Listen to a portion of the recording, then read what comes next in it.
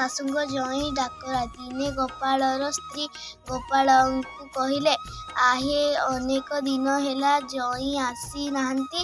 ଏ କଥାରେ କ'ଣ ଜଇଁଙ୍କ ମନରେ ଦୁଃଖ ହେଉନଥିବେ? ସଂସାରର ଭଲ ମନ୍ଦ ତ କିଛି ବୁଝିଲ ନାହିଁ। ତୁମ୍ଭେ ଘରଠୁ ରାଜା ଦୁଆର ଓ ରାଜ ଦୁଆରଠୁ ଘର, ଏହା ହିଁ ତୁମ ପକ୍ଷରେ ଯଥେଷ୍ଟ ହୋଇଛି।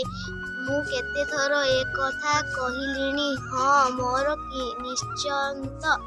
ଯାହା ହେଲେ କାଲି ଦିନରେ ଜୁଆଇଁକି ନିଶ୍ଚୟ ଆଣିଲେ ତେବେ ଯାଇ ସବୁ କଥା। ଗୃହିଣୀର ଏଭଳି କଥା ଗୋପାଳ ବୁଝିପାରି ଭାବିଲା, ଜଇଁ ଆସିଲେ କେତେ ଖରଚ ତାହା ତ ଜାଣନ୍ତି ନାହିଁ।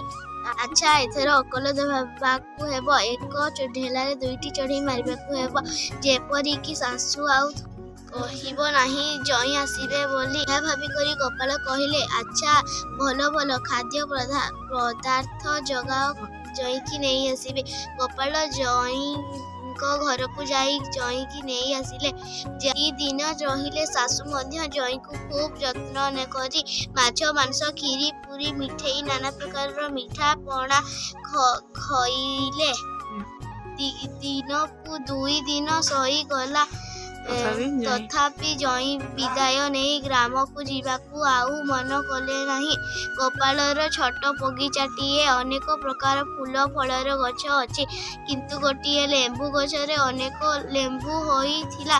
ଗୋପାଳ ଚତୁରତା କରି ଦିନେ ଜଇଁଙ୍କୁ ଡାକି କହିଲେ, ବାବୁ, ଏ ବଗିଚାରୁ ଚୋର କିଏ ଲେମ୍ବୁ ଗୁଡ଼ାକ ଚୋରି କରି ନେଇ ଯାଉଛି? ଗୋପାଳ କହିଲା, ଆରେ, ପେଟଟା ଟିକେ ଗରମ ବୋଧ ହେଉଛି, ଖାଇ ଦେଉ ନାହିଁ। ଯା, ତୁ ଗୋଟିଏ ତଟକା ଲେମ୍ବୁ ନେଇ ଆସିବୁ। ଗୋପାଳର ସ୍ତ୍ରୀ ସଙ୍ଗେ ସଙ୍ଗେ ମିଟି ହୋଇ ଜଳୁଥିବା ବଡ଼ିଟା ନେଇ ବଗିଚାକୁ ବାହାରି। ଦୁଆର ମୁହଁ ଟପି ଯାଇଛି ପବନରେ। ବଇଠା ଆଲୁଅଟା ଲିଭିଗଲା। ସେ ଆଉ ଆଲୁଅ ଲଗାଇ କରି ଆଣିବାକୁ ବିଳମ୍ବ ହେବ ଭାବି ଲେମ୍ବୁ ଗଛ ନିକଟକୁ ଯାଇ କରି ଲେମ୍ବୁ ତୋଳୁଛି। ଏହି ସମୟ ଜଇଁ ତ ଏଣେ ଜଗିଥିଲେ। ସେ ଏତେ କଥା କିପରି ଜାଣିବ? ଜଇଁ ଶାଶୁକୁ ଚୋର ମନେକରି ମାଡ଼ି ବସି ଡାକ ପକାଇଲା। ଜଇଁର ଡାକରେ ଶୁଣି ଗୋପାଳ ଗୋଟିଏ ଆଲୁଅ ହାତରେ ଧରି ଲେମ୍ବୁ ଗଛ ନିକଟରେ ପ୍ରବେଶ ହେଲା। ଆଗେ ଆଲୁଅ ନେଇ ଜଇଁ ମୁହଁ ନିକଟରେ ଦେଖାଇ କହିଲା, ବା, ଭଲ ଜଇଁଟିଏ ତୁମର। ଏପରି ପୁଣି ଅନୀତି କାର୍ଯ୍ୟ। ପୁଣି ଶାଶୁ ମୁହଁ ନିକଟରେ ଆଲୁଅ ଦେଖାଇ କହିଲା, ବେଶ୍ ଭଲ କଥା।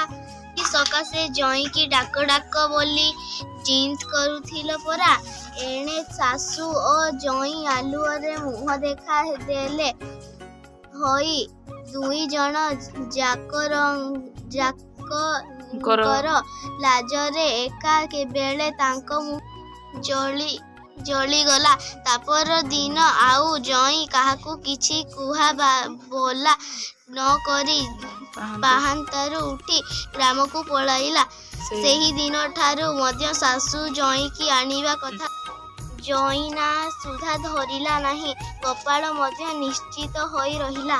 ଭିଡ଼ିଓଟି ଭଲ ଲାଗିଥିଲେ ଲାଇକ୍, ସବସ୍କ୍ରାଇବ୍ କରନ୍ତୁ। ନମସ୍କାର।